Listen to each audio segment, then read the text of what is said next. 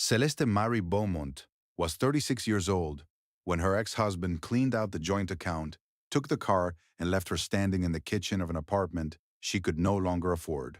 With $300 in her personal checking account, a 9-year-old daughter named Iris, and a cast iron skillet her grandmother had given her at her first wedding, that Raymond had decided was not worth taking. He had taken everything worth taking. The savings, $41,000 they had built across 7 years, which Raymond had transferred to a solo account 3 days before he told her he was done.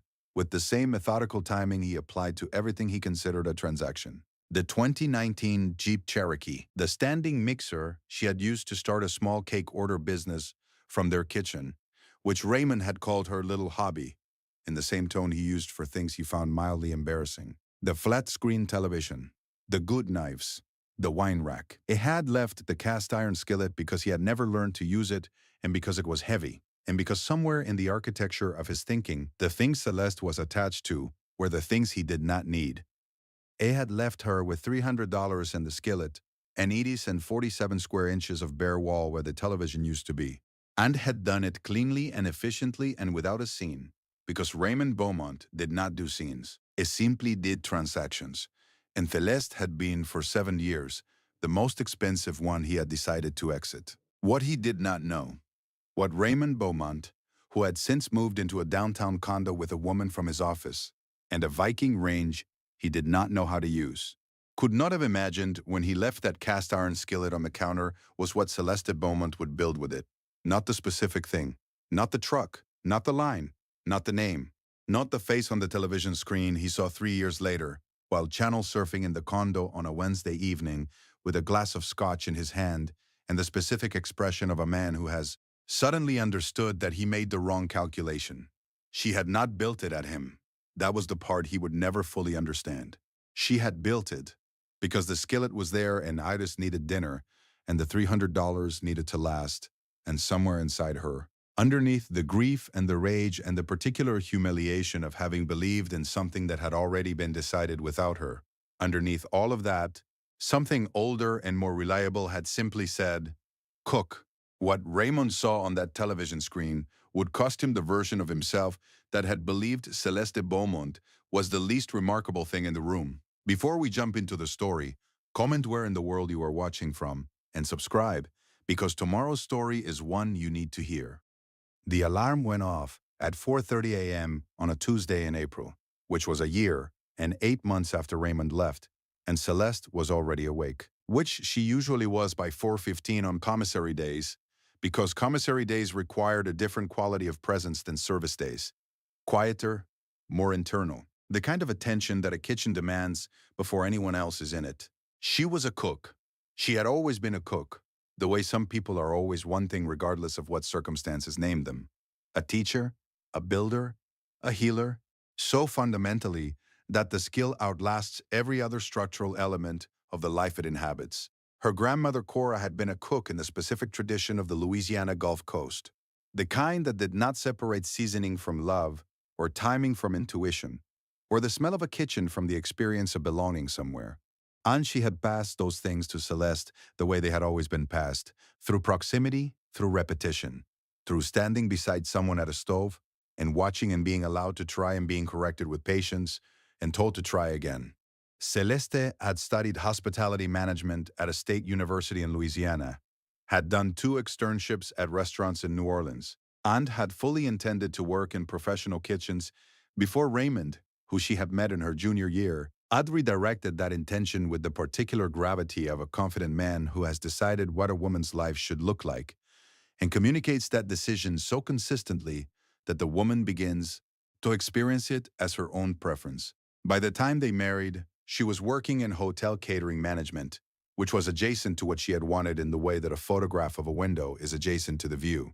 She had been good at it.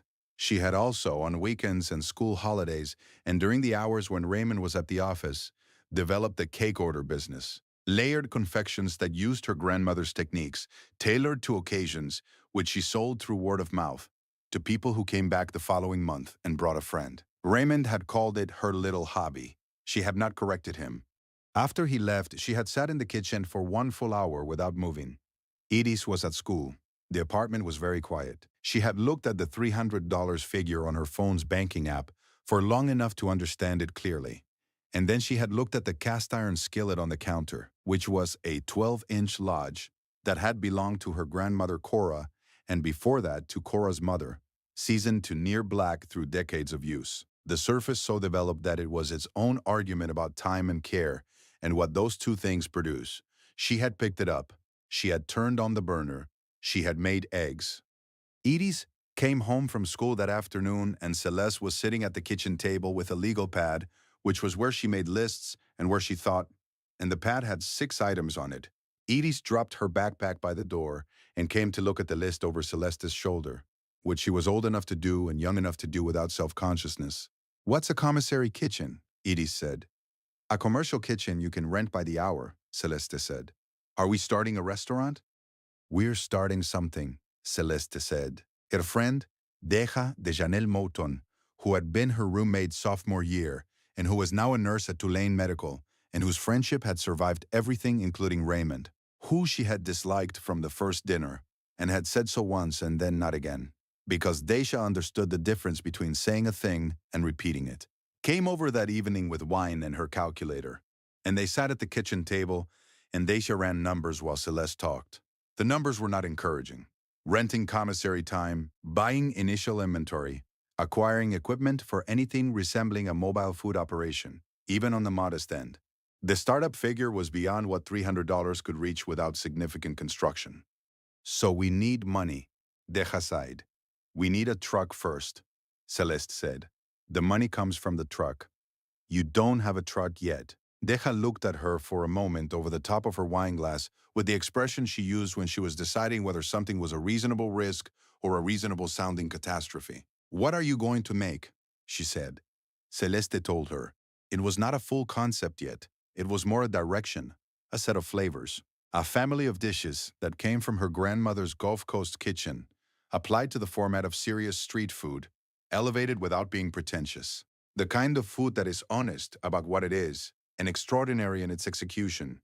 Shrimp and grits in a paper bowl finished with a house pepper butter that she had been developing for 3 years in her own kitchen. A boudin stuffed biscuit.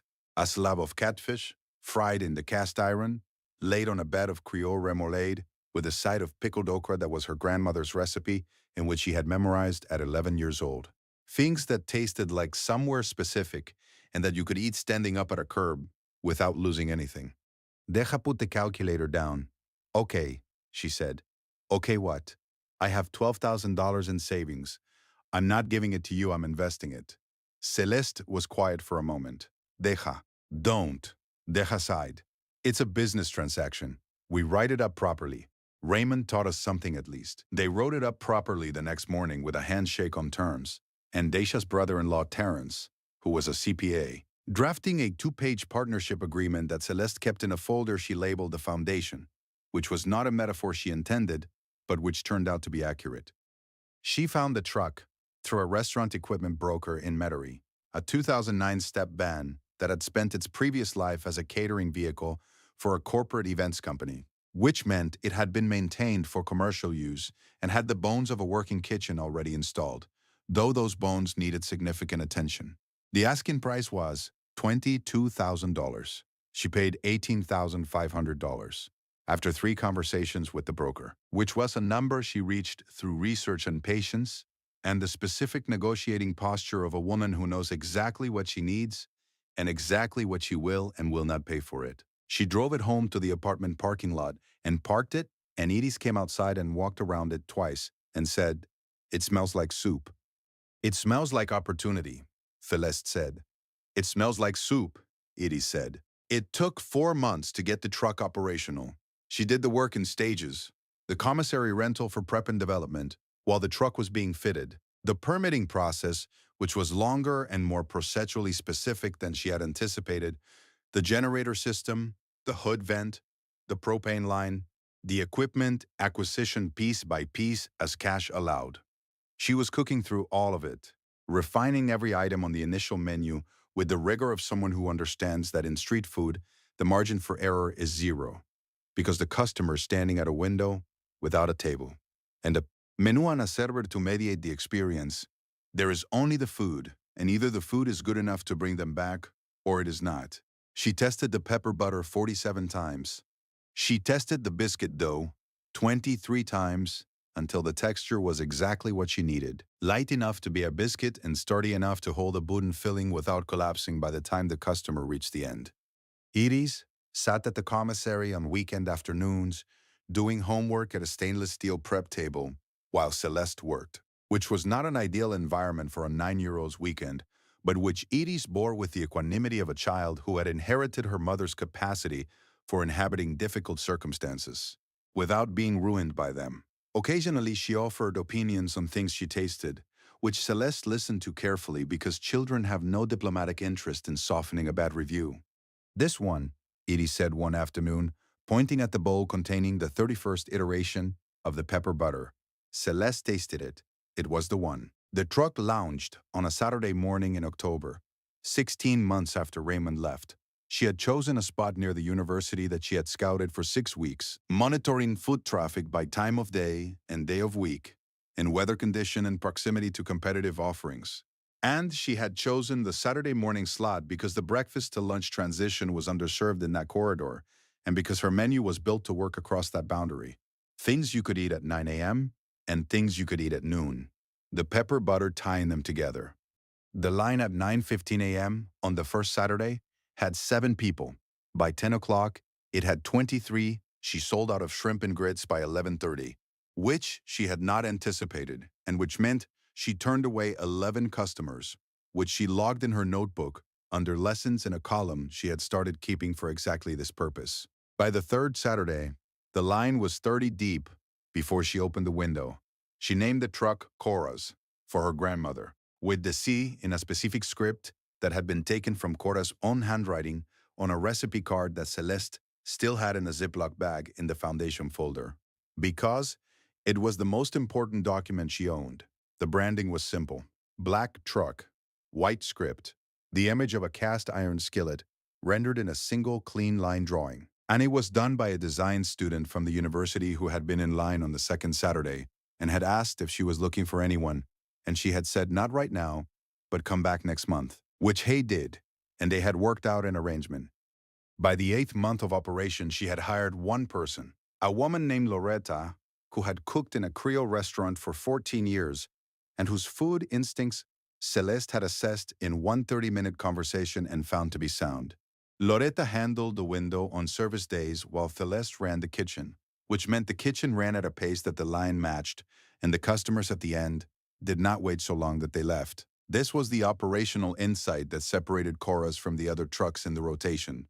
Not just the food, though the food was the reason people came, but the precision of the service, the window moving with a rhythm that communicated that the kitchen behind it knew what it was doing and was not surprised by the number of people waiting. The food writer for the City Out Weekly came on a Thursday in the truck's 11th month. She did not announce herself, which food writers of integrity do not, and she stood in line and ordered the shrimp and grits and the catfish plate and the biscuit and a sweet tea and ate them at a folding table Celeste had set up on the sidewalk, which was a detail Celeste had added in month 3 because people wanted somewhere to stand that was not the middle of the foot traffic flow. The review ran the following Friday. 1 column, 5 paragraphs, which was the appropriate length for a truck review from a writer who understood proportion, and which said, in the 3rd paragraph, that the pepper butter on the shrimp and grits was the best thing the writer had eaten in this city in 2 years, and that Cora's was the kind of operation that made you understand why Gulf Coast cuisine had never needed the validation of fine dining to know what it was. Celeste read the review in the commissary at 5:30 a.m. on a Friday before service and sat with it for a few minutes. Then she set her phone down and went back to the pepper butter which she had been finishing. And she tasted it, and it was right, and she put the lid on the pot. The television segment came 14 months after the review. A local morning show had been doing the series on small business owners in the city, and the producer had contacted her through the truck's Instagram, which Celeste managed herself, and which had at that point 14,000 followers, a number she had reached through no mechanism other than the food being what it was, and people photographing it and the images being honest representations of something worth photographing. She agreed to the segment because the show's audience was the demographic that drove lunch traffic on Fridays, and she was practical about what exposure served, and she had evaluated the segment's production quality before agreeing and found it acceptable. The segment aired on a Wednesday morning. It ran 4 minutes and 12 seconds. The producer had asked good questions, and Celeste had answered them directly about the skillet, about Cora, about the pepper butter, about Edie's, who appeared briefly at the end of the segment standing beside the truck in her school uniform with the expression of a child who is mildly uncomfortable being filmed but is performing tolerance on behalf of her mother. The anchor said Celeste was an inspiration.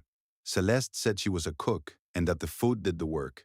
Raymond Beaumont saw it on a Wednesday morning in the downtown condo, which he was watching from the couch at 8:15 a.m. because he was between positions. The firm he had joined after leaving his previous employer had restructured in the spring and his role had been eliminated, which was a phrase that meant a thing had been decided about him that he had not been part of deciding, which was an experience he found unfamiliar and which he had not yet developed a productive relationship with. He recognized her in the first 3 seconds. The truck behind her and the name on the truck, and the 4 minutes and 12 seconds of her face on the screen, which was the face of a woman who had been his wife for 7 years, and whom he had left with $300 and a skillet, and whom he had not thought about with any sustained attention since. The condo and the Viking range, and the woman from the office, who was no longer in the condo because that had resolved itself 8 months ago, in a way that Raymond had also not fully anticipated. He watched the segment twice. He sat with his scotch at 8:15 a.m. on a Wednesday. It was not scotch, it was coffee. But there was a quality to his stillness in that moment that belonged more to a man with scotch than a man with coffee. And I watched it twice, and he felt something in his chest that he did not have a clean name for, and which was not quite regret and not quite envy, and was in fact the specific and compound sensation of a man understanding, fully and at once, the precise dimensions of what he had miscalculated. He called her. He used the number he still had, which she had not changed, which was not an invitation and was not indifference, but was simply a phone number that belonged to the same person it had always belonged to. She let it ring. She was at the commissary at 8:15 a.m. on a Wednesday, standing over the stove, finishing the pepper butter for the Friday lunch service, with the cast iron skillet on the burner and Loretta's voice from the walk-in calling out an inventory number, and Idis's school calendar on the wall, and the foundation folder on the shelf, and everything she had built in 26 months of mornings that started at 4:15 and service days that ended at 3 p.m. and evenings at the kitchen table with Edie's doing homework while Celeste did the books.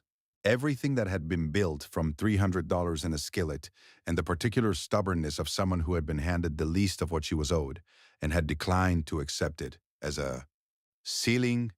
She let it ring and went back to the butter. She did not call him back.